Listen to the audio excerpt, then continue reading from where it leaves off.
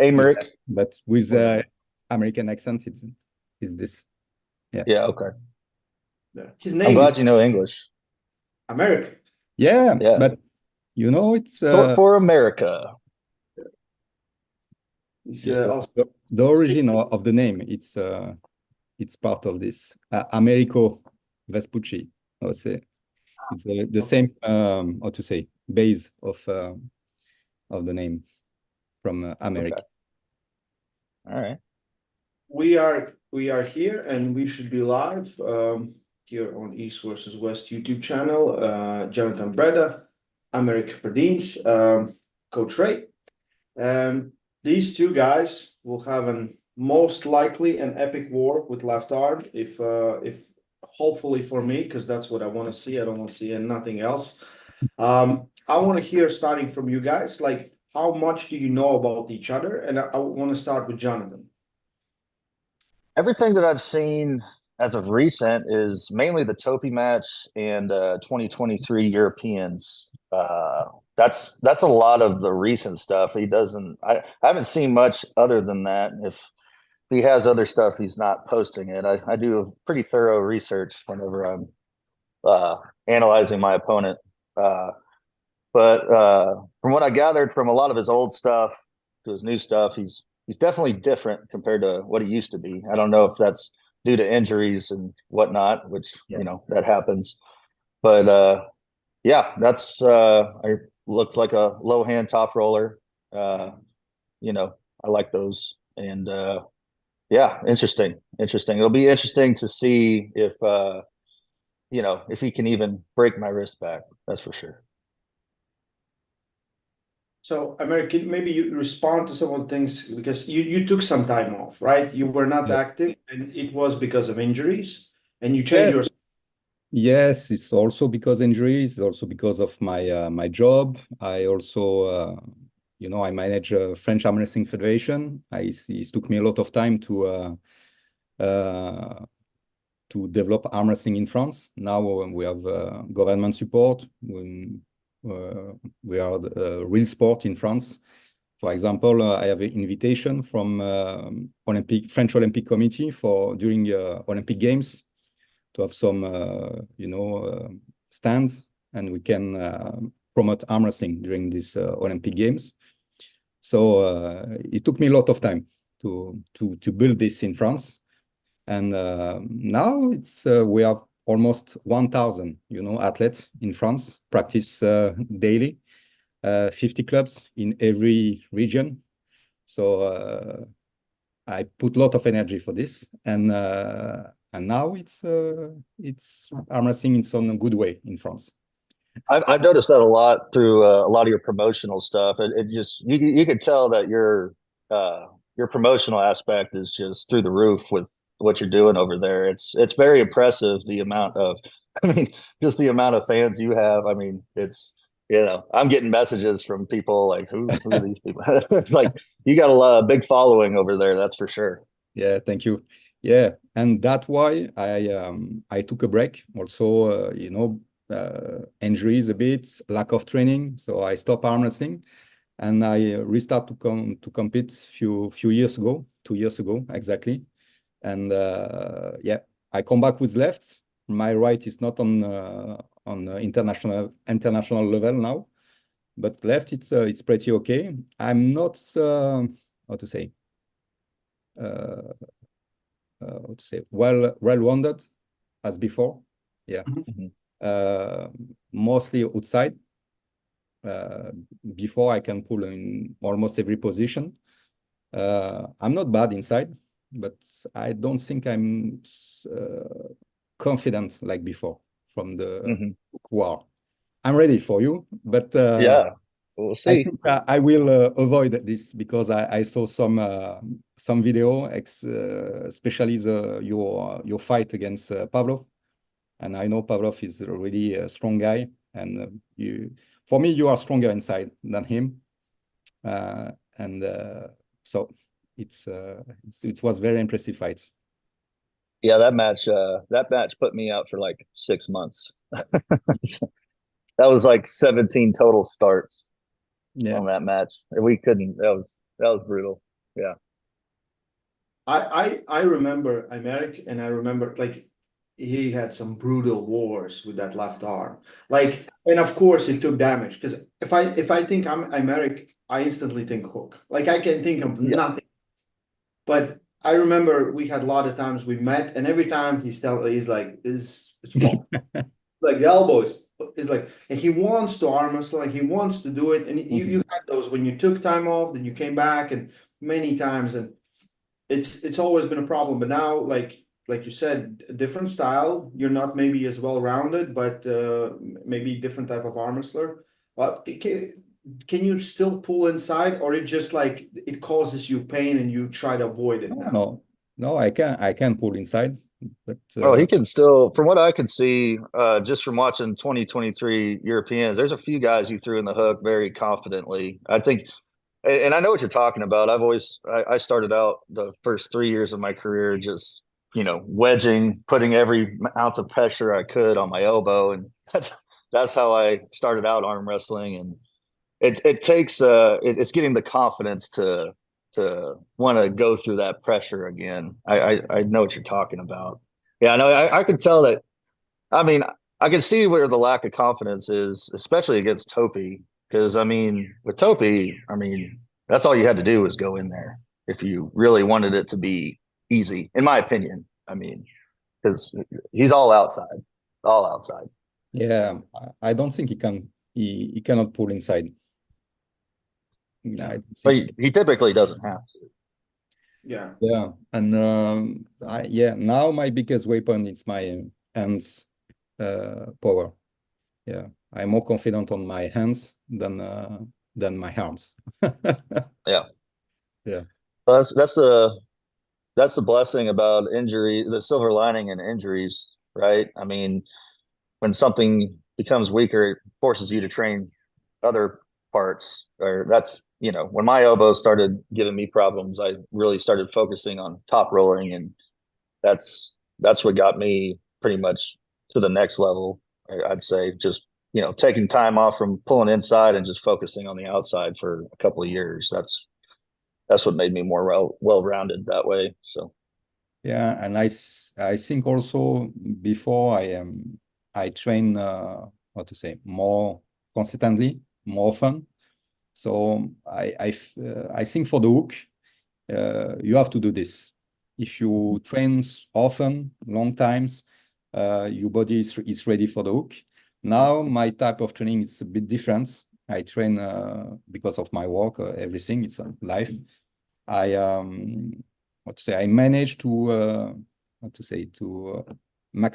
maximize my performance with my styles, with my hour of training, and that's why my style change a bit. But as you say, during European, I can adapt from my opponent and I can go inside, but it's not my first choice. right. How long have you been arm wrestling, Aymeric? Start 2011. 2011. Yeah, Jonathon, you? with long hair. Uh, uh, 2017. 2017. So Yep. coming up to 13 years and coming up to 7 years, right? Yep. Yep. Yep. That's a good. So, do you think this experience, especially like Aymeric used to pull super matches like Arm Wars, you can go and look some up there and write crazy matches. What favors you in this match, John? I would say the the consistency. I mean, I'm not saying that Americ's not consistent, but I mean, as you know, I was at the second East versus West and got my first taste of you know crossing the water to pull Zurab, and got my ass handed to me. Basically, trying to do too much of what I don't do. Right. I thought, I created a plan to beat him, and it was nothing, what I normally do. And that was, I should have just stuck to my guns and what my ace is and just did it. Um, but after getting that knowledge and getting that experience, I kind of had an idea where I was, and I knew that it was going to take me a couple of years to get to where I needed to be. And between that and just being consistently training with guys like Herman Stevens, and just you know basically stop going from trying to do things on my own and just uh take advice and do things the way I should be doing it. That's what I think I have the advantage. I've been very consistent. I don't overtrain like I used to. I'm very precise as far as I do a lot of strength training. Doing a lot of strength training the past couple of years. I do powerlifting. Whenever I'm not doing, if I don't have anything arm wrestling, I'm doing powerlifting. I'll do some powerlifting meets every once in a while. Keep that central nervous system, uh, I guess, conditioned. I found that's been a huge improvement for me in arm wrestling because I think you have a powerlifting background, right, Coach Ray? That Yeah. what I've noticed Me with also. it is like Me- if I'm not uh, if I'm not doing any arm wrestling training whatsoever and I'm doing powerlifting training, if I get on a table, it feels like I never left because it's my central nervous system's just primed and ready to go, just like I would be for arm wrestling. That's what I've noticed, and yeah, I think my numbers are just you know right where they need to be. I feel like my technique and my table IQ has went up tremendously in the last couple of years. Just being able to adjust and go by feel and you know not let people take advantage of me in the setup. I think that's where basically my strength and my consistency, I think, is what's going to be the key to my victory in this. You used to powerlift also, Aymeric, right? Yeah, I was national champion 2009. That's nice. Oh, You had nice. Yeah. Junior one arm national. deadlift, right? Something crazy one arm deadlift or Yeah. 180, but not on record on video. I did 200s with hands, but without strap, huh? The only hands. Yeah, deadlift. Yeah, but Was it that was double overhand or was that? one yeah arm. with one arms without strap, but with say grip like this. Yeah. I One hand, hate hook. Yeah, one 200, hand. Yeah, 200. what's What is it? What is that in pounds? 440 pounds. Okay, yeah, that's I pretty remember impressive. like when I met you, like Raymond Santonovich couldn't shut about it all. He's like, that's Aymeric. He had one arm 200 all the time. So Yeah, yeah, uh, but I don't think it's useful for arm wrestling. And now, for example, now I am not able to do this, and I think my hand is way stronger. So it's completely different things. yeah, it was good for deadlifting, right? Yeah. It's good. So what's your advantage in this match, Aymeric? I think speed, my starts is big advantage, I think. But as Jonathon say, he improved a lot his table AQ and his way to pull. I saw his fights recently and some years ago, and he changed a lot. And now he's more smarter. He can adjust. If he lost the first round, he adjusts. So it's not the good point for me. It's more smarter. Yeah, I think it's the setup and my speed on the starts. It's my biggest advantage. And if it's able to stop me, it will be completely different fight after. So It will be my turn to adjust my style after this. so you have like the bullet and the catcher, right? It's that's how it should be. But we'll see. I'm sure he is ready for this. So Robbie's match versus Aymeric, what did it show you, gave you, Jonathon? Uh, Honestly, it really it didn't give me a whole lot, as after talking with Robbie, and this isn't to make, I'm not making excuses. This is just genuinely from what he told me and what I've seen him do. I mean, we've seen this guy go toe to toe with Cody Merritt when he's 270 something pounds. What I saw from Robbie was him basically pulling one out of, like when I said earlier, how I adjusted and went with a game plan that I don't normally use. I think that he went that approach thinking that he was going to have the upper hand just because he has a big, strong hand. But what I gathered was Robbie just clearly wasn't doing what he normally does. He's more of a back pressure puller. You could tell he's putting a lot of high side pressure in the setup, which doesn't make sense for what he's trying to accomplish.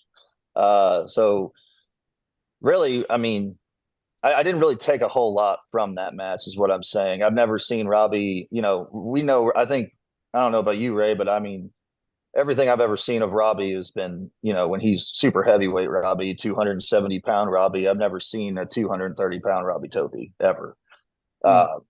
So for me to take anything from that was really, I mean, not a whole lot, but what I did take from it, like kind of like what Aymeric said. I mean, there was at one point he did, kind of tie up Aymeric a little bit at the back of the pad where I don't know if Aymeric, it seemed like Aymeric just kind of got a little, he got a little confident when he broke his hand back and, tried to play a little bit and it looked like it didn't really work out. But, if Robbie Topi is stopping him in the middle of the table or, even from a pin pad and he's at the back of the pad, that's not going to work with me. That's where I see is like, so, I think if I can maintain pronation, even if he does break my hand back, it's not going to be that's what I have that lane, and that's what I took from that match pretty much. That's all I could take from that. Would you be very impressed if Aymeric does like fast, like you can't even engage him? Would you be impressed by that? You would be like, oh, then I misshot this. I thought. No, I would not be, mainly because of the fact I am a slow activator. I mean, I am training for that. Like specifically right now, I'm definitely tapering down. I'm focusing a lot more on bands and starts and, just making sure my timing's down.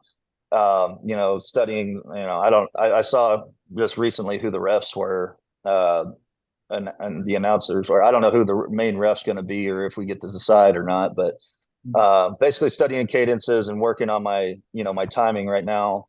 But no, that wouldn't surprise me if he does catch me sleeping. I mean, I typically, I get the timing down pretty quick eventually. I don't know if you saw my recent match with Alexander Kuleshov. It took me a minute, but eventually, I got the timing down, and that ended rather quickly, right? So speaking about the rules, so there's no ready, there's just go, right? Don't move like it's for referees shouldn't treat don't move as ready. Don't move, go. It's like don't move, go, right? It could come straight away. I could say don't move, don't go, right? The only thing that matters. In your opinions, is it better or worse? Let's start with Aymeric. I think it's better, but anyway, I never listen referee, so it's okay for me. So I don't. Oh, sorry. How to say? My start not depend on this. It's more about sensation, and I listen nothing about referee. It's but I think it's more easier for referee to do this, and it's more simple to do like this. Yeah. I think. Let's go. Oh, I'm sorry. I'm just excited. Yeah, my bad. But that brings me to a point where one thing that bugs me more than anything is when people bitch about the refs and bitch about like, oh, there's no ready go. There's no, it's like, I don't understand what the thought process, like when you're studying your opponent or when you're getting ready for an event, like, I mean, I'm not just studying my opponent, like I'm studying the refs. Like if I know who the refs are, I mean, like that should be shit that you should be researching before the match. Like there's no excuse for, I mean, especially since this is the this is going to be the 14th East versus West now. I mean, I know this has changed as of recent, but it's like, I mean, come on, guys. Like, you know, research. You can't just research your opponent. The referee plays such a vital role in determining a match. Sometimes, I mean, if you're not studying these referees as well, I mean, yeah, you're asking to get your ass pinned. I mean, in my opinion. So it's, yeah. I mean, to me, it doesn't matter if it's, you know, don't move, go, or if it's ready, go, or if it's, you know, I mean, I'm going to be studying it. I'm going to know. I'm going to find out, and I'm going to be prepared for it. Yeah, I think rules. Everyone should know the rules before coming to event, right? Event is not the Yeah. place for the rules. You should come into the rules. I think like if referees and athletes would get it that don't move is not same as ready, because the don't move go. It's not doing don't move. It's like don't move, right? No, don't move means like guys stay the same. This is good. We're gonna give you a go. That's what it should be meaning, right? Then I think it works so much better because everyone starts on ready, right? Yeah. Everyone starts anyway on ready. Like ready, you're like, and the rep says it fast, you win, and there's no problem. Yep. Mm-hmm. Yeah, but when you go too fast, the referee cannot see if you anticipate or something like this. Yeah. Only if it touch. So Yes. when the hands go out, you are on the pad already. So even if you anticipate the goal, everything, it's just for the referee. It's about hands, not about the visions. It's too quick for this. A lot of guys will like they watch mouth of referees, and when they just like as soon the sound is leaving the Yeah. Right, prove it I wasn't on time. I like how Travis Bajan said it will feel like I was too early, but I was right on time. Well, it's also one of those things too, where, you know, I kind of laugh at the fact that, you know, when people blame, you know, I've heard a few people blame the refs in this occasion, and it's like God, like it's like uh it's like pulling teeth to get a foul. So like just false start, get your timing down. I mean, you know, if you got a false start a couple times until you figure out the good timing. They're going to give you a warning. You got what, 3 fouls, right? I mean, goodness, running, you know, they're not going to want the match to win on fouls. So, I mean, if you got a false start a couple times, false start a couple times. I mean, And yeah. about the referee, maybe something will change a bit now, because some referee are from USA. Mm-hmm. And it's a bit different because I watch a lot fight in USA. The way of the referee do the job, it's a bit different than the WAF referee in European, and I think it's a bit disadvantage for me. Because you like those hands. You like those hands. Yeah, the WAF is more, you know, and USA, it's different. It's gonna be good for this event. Every referee has, I think, we have Bart Wood coming and Christo, and who was else? Who was else there? I forgot. There's the whole lineup. I want Didi Jakov as a referee. You want at least 1 year. Yeah, I know I cannot choose, but yeah. So how about we flip a coin, Bill Collins or yeah, what's his name? can we at least agree on Bill Collins? Bill Collins is fair. Yeah. Good. Yeah, I don't know how Engin manage, you know, referee. I don't know. I mean, as far as I'm concerned, if we agree to it, yeah. I mean, we're technically like just in I mean, you can ask for a different ref, can't you? Or you can agree upon a ref, right? Yeah, maybe. Yeah. I mean, I think it shouldn't be a problem, and I think it's gonna be okay. But yeah, like understanding when the go is coming, right? Everyone kind of says it differently, so you know, it maybe takes some adjustment. Oh, everyone will figure it out. So you boys are pulling at 105 kilos, if I'm right? Light heavyweight. Yep. So I'm looking at rankings right now. Okay, so rankings, number 1 is Alijan Murato. I want to hear your thoughts about Alijan. Could Alijan possibly be number 1 left hand on the planet? Yeah, it's for me at 105 is untouchable. in this division. Yeah, I I saw what he did against Yevgeny. You know, I trained with Yevgeny before the fights.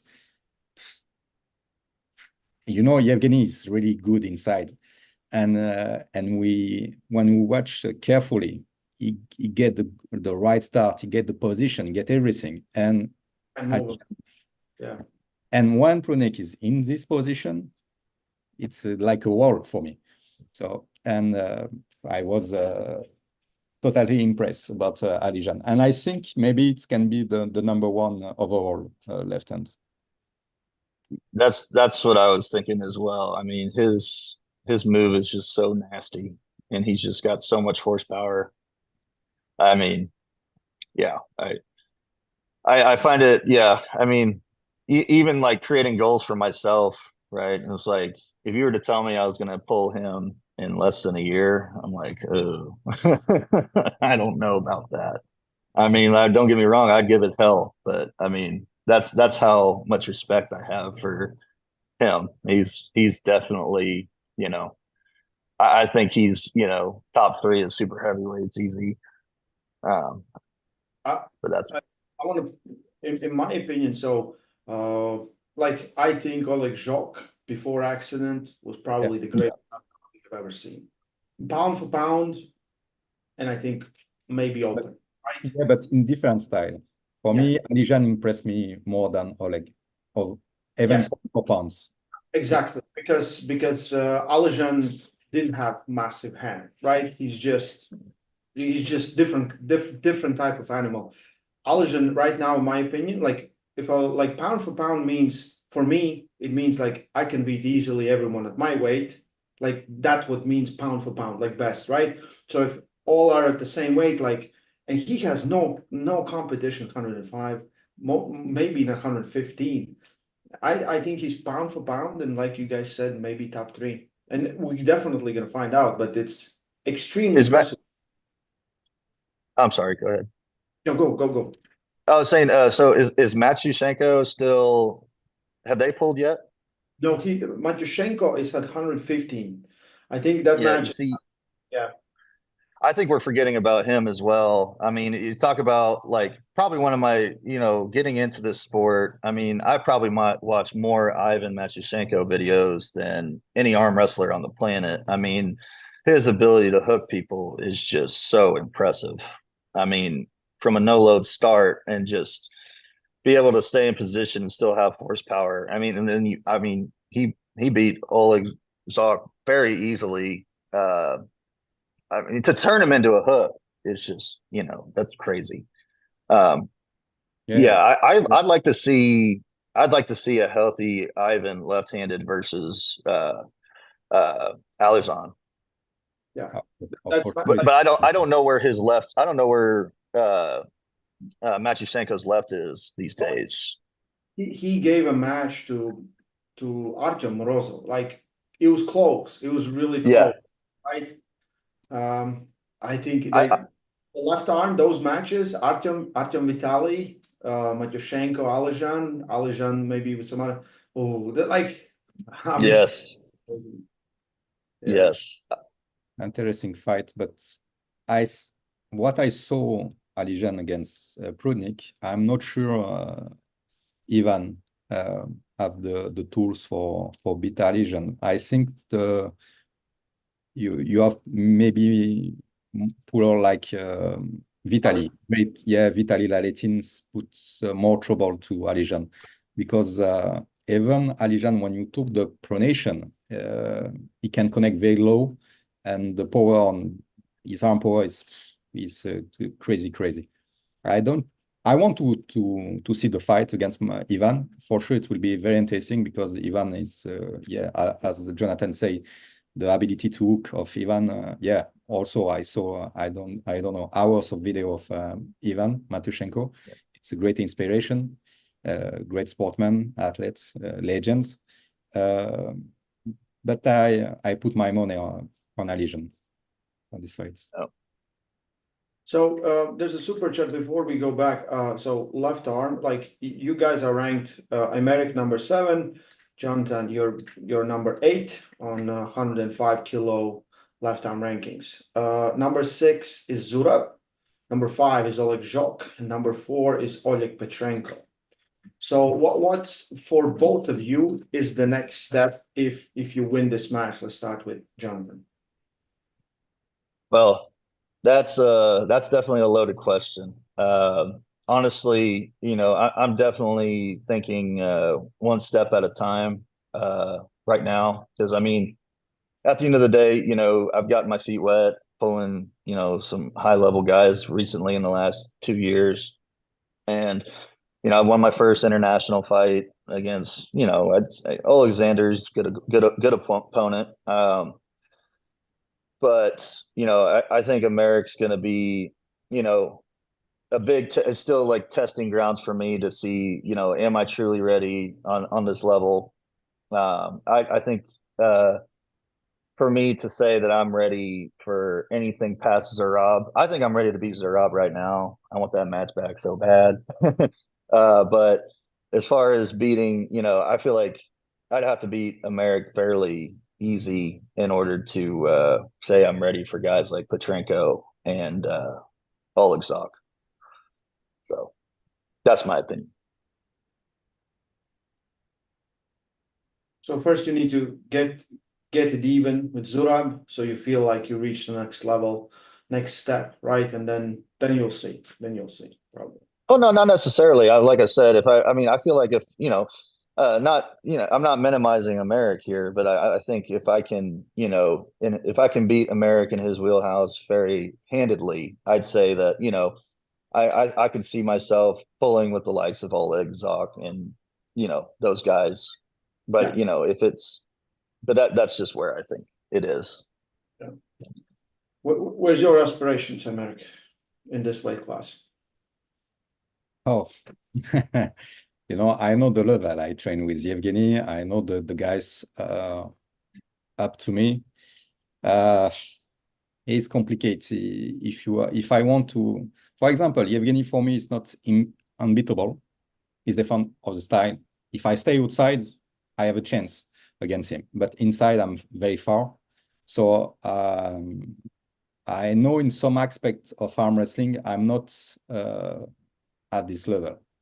And for reach this, to be well-rounded for this type of athletes, how to say, I need to put more time on my training, and for now it's a bit complicated for me.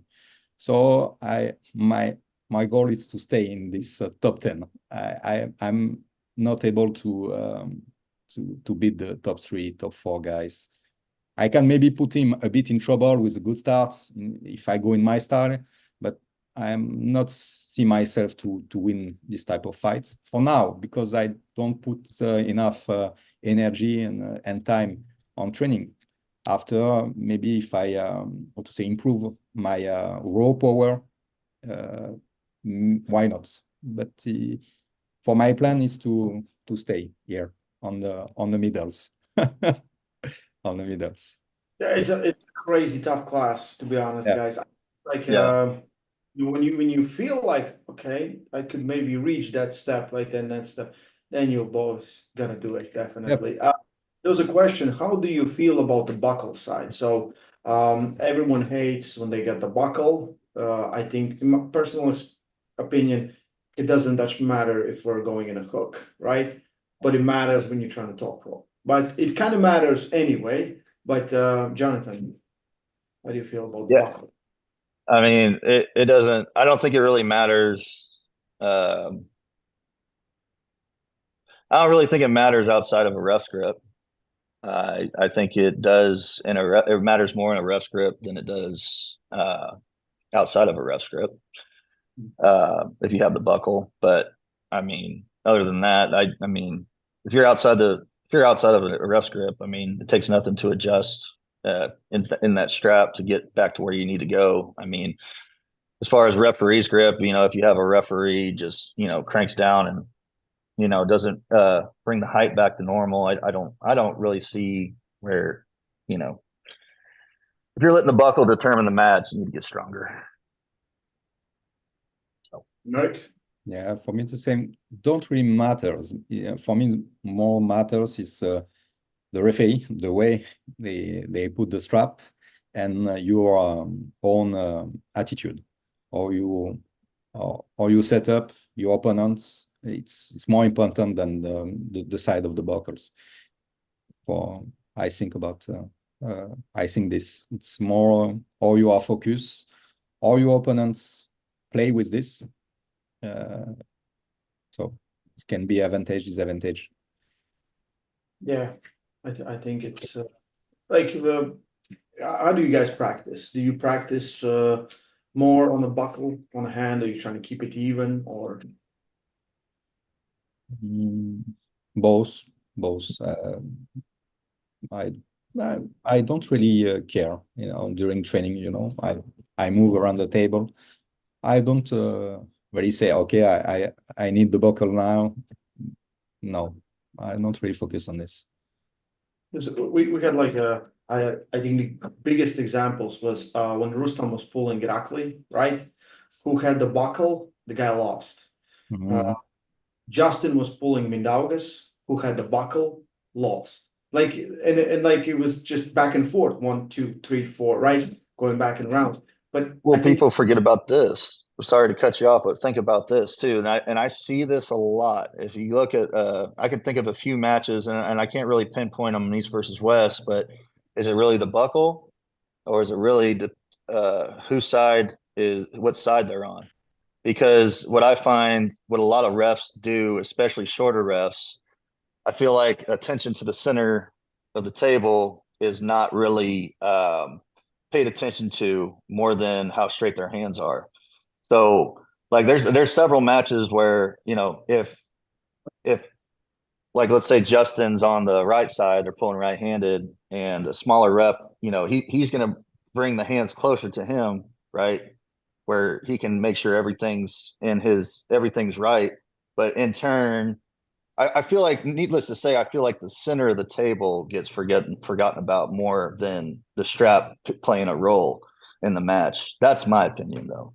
Because I mean, I've seen several matches. Like, I mean, I've seen like Luke Polsher, for example. If you watch any of those Monster Factory videos, prime example, him versus Robbie Topi, same thing. And it was clear cut and obvious. Like every time Robbie lost the match, he was on the side of the table where he was closer to the referee, setting up right here. Yeah. He's setting up basically if you're set up out, it's the difference between, getting set up outside your shoulder and parallel with your shoulder. I think that's the difference, in my opinion. But I mean, some people can argue the strap, but I think it's more center of the table that's determining that than anything. People forget to look at that. And when you lose, people say it's a buckles. Yeah, exactly. Damn strap. I'll tell you one thing: if there's a strap that I hate more than anything in this game, is those damn lion straps from California with the big, thick plastic buckles. I hate them more than anything in this world. My favorite. They're my favorite. I hate them so much. Those big, bulky ass plastic, like, oh, I just want to burn every single one I see. I hate them so much. Yeah, I think it's really also depend of the referee. If your strap is the referee is very good to put the strap, it's okay. But when you miss something, or you miss something when you're set up, after you can be in trouble with strap, or uncomfortable to apply your style. Yeah. We're gonna go. There's Justin Bishop in the chat, and we're gonna go into some matches that we're gonna have on this event. East versus West 14, August 10. We have 16 arm wrestling super matches. I don't know if maybe it's the biggest card. Maybe I think we have done 16 before, but it's East versus West too. When I was on that card, it was 16. Yeah. Usually it's 15. We're trying to keep it short, but this time 16, just an added value. So Justin Bishop wrote, Breda looks like he's ready to give someone a ticket. Hello, Officer Breda. Yeah, we also have a lot of Super Mario comments, but I'm not going to read those. Mario. Yeah. So Justin is going to pull Giannis. I think you both guys know about both of these guys. and I want to hear your thoughts. Like you don't have to give a prediction, but how do you see this match goes and who it favors maybe a little bit more? Aymeric, you Yeah, know, yeah, Giannis, right? Giannis, of course, Giannis. They have history together. I think yeah, Giannis won every time, huh? Against yeah. But of course, Giannis, well-rounded, and I think it's better arm wrestler. Giannis is just better, smarter, better. Maybe Justin, maybe I'm not sure. It's maybe a more powerful, maybe, but I think it's not enough. I uh I actually like where Justin's head's at right now. You can tell that he's taking this match very seriously. You can tell, I think the first time they pulled was, I think he was talking about the other day, he was 2 years in the sport. I remember that. I've seen that match so many times in UAL days. Um, with such little experience, being able to get a win on Giannis was very impressive.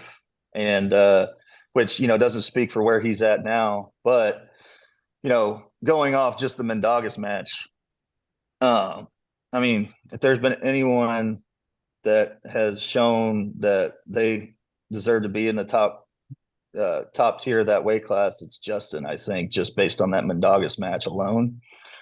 I think that and I talk to Justin from time to time, and I've talked to him, uh, specifically before the Mendagas match. And, the biggest thing for him is just how determined is he to win, and how consistent is his training. And I've, one second, I've never seen Justin so determined as of late. I think that the outcome will be very surprising for a lot of people.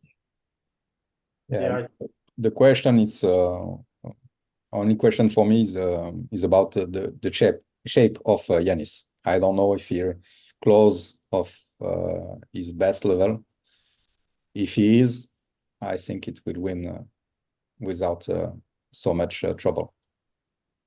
I think this match means a lot for both of them, right? Giannis doesn't want to lose to Justin, and Justin needs to get that win back that he lost in UL 2013. So, but I think it's an epic match. I want to hear your thoughts on some other matches. So we have Travis Bagent and Corey West. It's a left-handed match.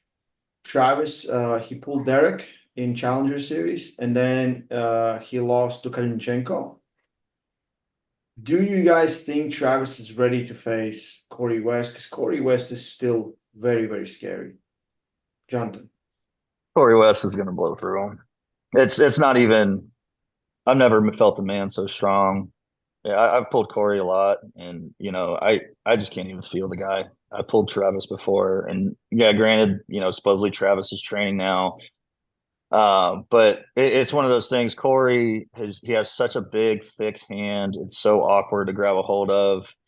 I mean, yeah, he might break his hand back a little bit, but I mean, I've seen people break his wrist back and him just drive sideways through people. I don't think that Travis needs another year of training under his belt, at least to be back to top form, I think. And yeah, I think Corey's just going to be too much. Yeah, for me, it's same opinion than Jonathon's. I think it's too soon for Travis. What we saw against Kalinchenkov, we saw Travis is not ready yet for this level. I think he need more time to come back. A little bit too soon. Someone that right? Yeah, because and Corey is yeah, but very happy to see Travis again. yeah. It's always a spectacle, right? And even Kalinchenkov was because Travis was there was much better, right? If it was someone else and just Kalinchenkov just blows through them, it would be like nothing there. But yeah, left arm we have this is for me like because I think Vrij is in USA for at least 4 or 5 years, and he's pulling Paul Talbot, right? Both of them have been ranked in different rankings, number one, and finally they're going to meet. I think it's at 85 kilos, if I'm correct. So I think a lot of information. Have you pulled both of them, Jonathan? I never had the chance to touch either one of them. I almost pulled Ferz at the Olympia in Florida, but I never met him in the bracket. I ended up losing twice to Marcio before I could even get to him. And then Paul Talbot and I actually were supposed to have a super match a couple years ago, and that fell through due to him having an injury against Artem. So no, I've never got to grab a hold of either one of them. But just yeah, what I've seen from Brez and Paul, I think Brez is a different human being, man. He's so impressive even without his hands. It's you know, I don't think Paul's not going to have enough side pressure to finish him, even if he does break his hand back with his high side top roll. I mean, you definitely don't want to hook Ferz.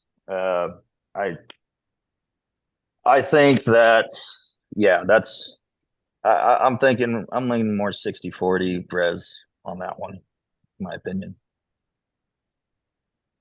Aymeric? Yeah, I know both. I just pulled one time Paul Talbot's. He was on Europe for World Championship, and I put him side table. I remember this. It was an after party on bar tables. I put him. I feel him strong, but I don't think he's the best shape when he was in Europe. Of course, I have the same opinion than Jonathon. I think he's not strong enough for Verge. To finish him, right? When Vrij stops you. Yeah. Because that's like almost everyone gets him there, right? You think like, I got. Yeah, because I think he like to be here. So it's a strong point here. Yeah, I think Brez is just, I mean, honestly, I mean, I don't know how serious he plans on taking this, but I've seen him grab so many people like practically right here. Yeah. And just sit there. Just like he's thinking about what he's going to eat for dinner that night. I think I see him trying to do do something similar to just take away the pronator. And yeah, I mean, eventually Paul's going to run out of pad, and I want to see Paul win.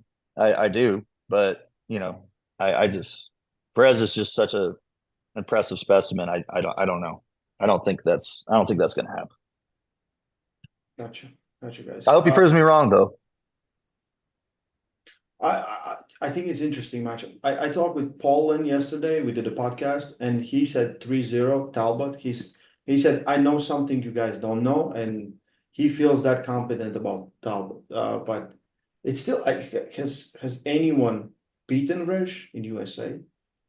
Cody Merritt. Yeah.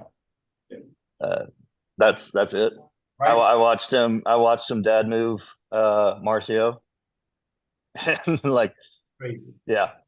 I'm happy that match is happening. We'll finally see, because Paul is very impressive. He can pull all different styles, and when he shows up in good shape, and I think this is the most motivation he will ever get, right, for the match. We have Jerry Caderet and Alex Kodecha.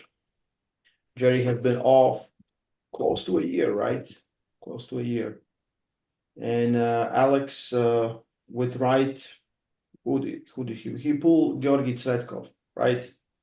Yeah, beat him handedly too, if I remember right. Yeah, he wasn't in, like, his foot, like, he almost wasn't he limping? Yeah, he had like crazy infection in his foot, like, whole week. Broke it or something, and then I think there was almost like he's gonna lose the foot, but eventually everything is fine now, and they saved him. But it was crazy. So I don't take much from that match, because clearly his immune system took a toll from that, and I'm sure he was that's that's tough. Yeah. But Kurdecha is good, smart, and how do you guys see this? Because Kurdecha has been in the past struggling with much smaller guys pulling, with no wrist. Well, I think with Jerry, you say it's been a year, but I mean, let's talk about his debut at East versus West before that. I mean, I think he had like a 3-year break before that. It's like, there was all this hype, like everybody and their mother was trying to get a match with Jerry Catterett for like 3 years, and he just kept saying, "Oh, this money, this, show up that." I mean, I'm not, allegedly, allegedly, I'm not speaking for Jerry by any means, but like I just remember there were so many people shortly after COVID where it's like trying to get a match with Jerry, right? And then finally East versus West starts blowing up. And then it's like, okay, Jerry gets a chance to prove that, he keeps saying he's number one guy in the world and finally gets a shot, right? Off a 3-year break, he proves it. I mean, he was number one. He went through 3 or 4 different super heavyweights that have been training consistently while he took a 3-year hiatus, it seemed like. So the fact that Jerry took a year that hasn't pulled in a year doesn't really tell me anything based off the past. I think that yeah, technique wise, yeah, he has the tools to beat what's his name, Kurdecha, and yeah, I do see that being in Jerry's favor. I do. Yeah, Aymeric. Yeah, interesting fights, but we saw on the past Kurdecha have a problem against flop press, but I think now it's a different animal. Kurdecha improve a lot, strength, also table IQ, better, well-rounded. We saw his fights against Artem Morozov. It was very impressive fight. I think he have a chance to beat Jerry. Jerry, I saw interview about Jerry say with flop press he would win easy because Kurdecha have some trouble against Krasimir, Angarbayev. Yeah. But actually, it's not the same for me. It's not the same, Alex. And yeah, it's 5 years ago. It changed completely. His styles, his power, everything. It's improved a lot. So me, I bet on Alex for the win. Okay, we're gonna be here for maybe 5 more minutes, guys. So I know you, Aymeric needs to sleep, and Jonathon needs to keep going with his day. So Camille and Michael Todd. Crazy fights. I want to see this. Yeah. Yeah. Hours fights. I honestly don't know, to be honest. I mean, everyone wants to say Michael Todd, clear cut over here, of course, probably some bias, but just because, I mean, he's pulled these type of people all the time, right?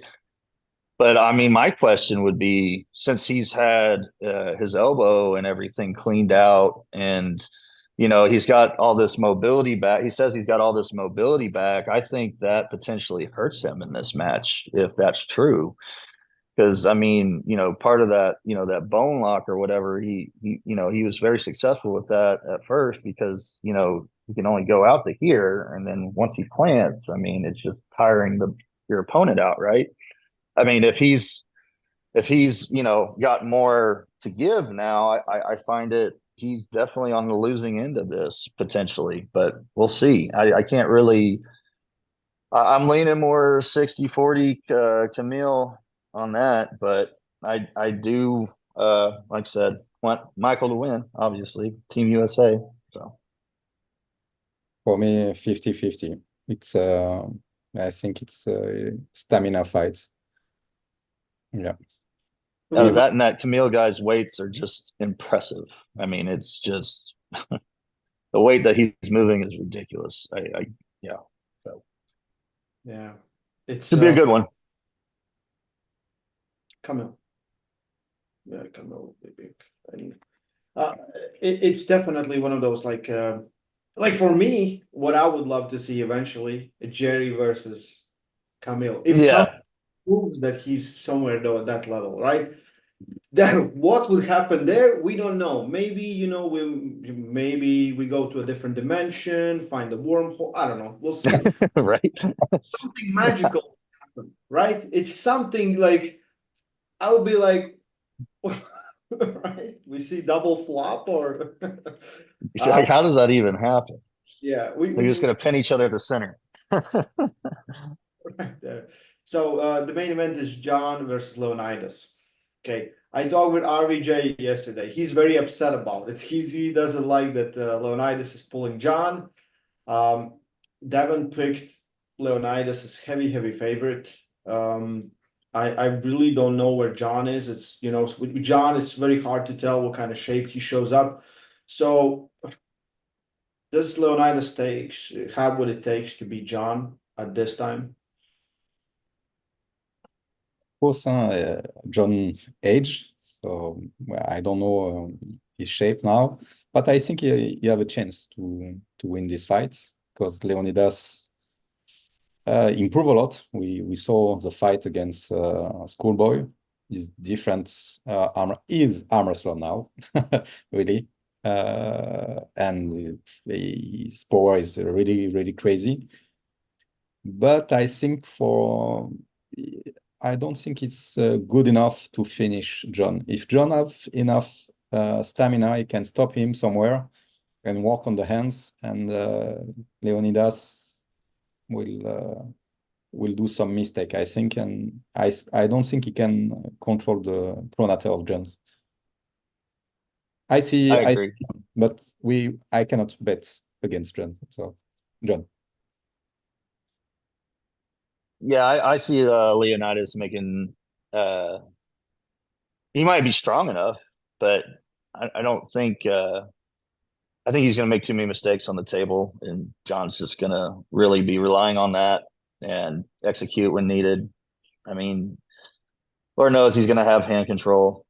I find it very hard to believe that Leonidas will have hand control and keep his be in his winning vector uh, the in every match. I think he's going to make mistakes and get too eager to.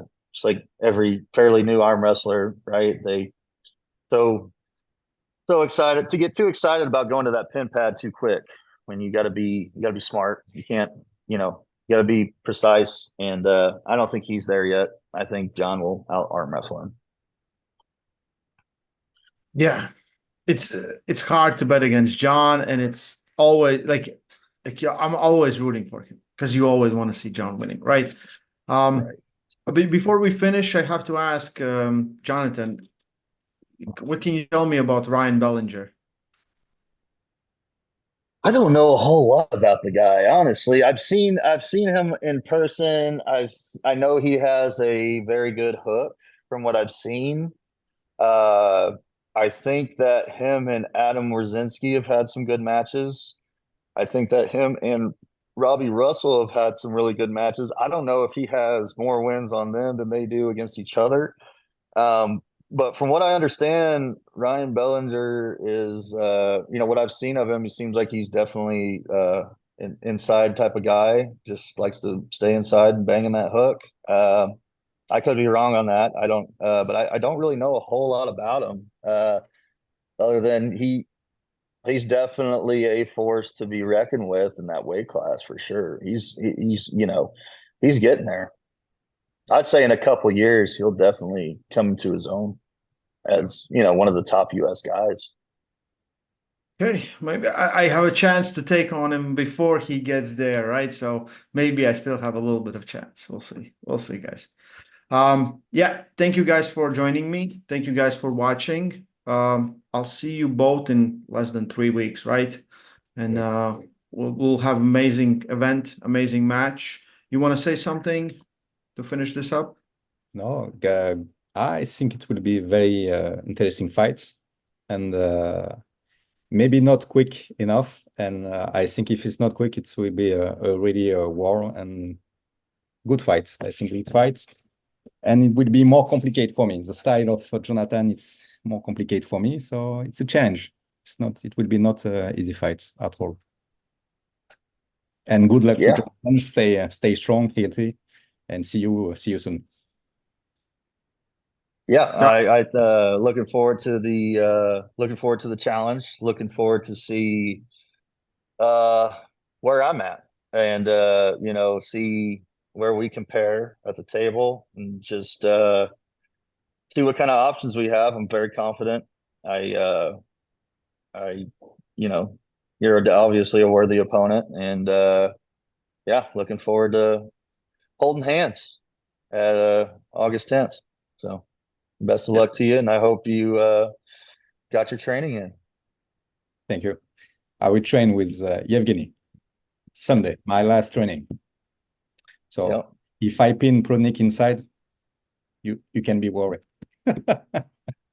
Well, I just hope that gives you more motivation to go into the hook.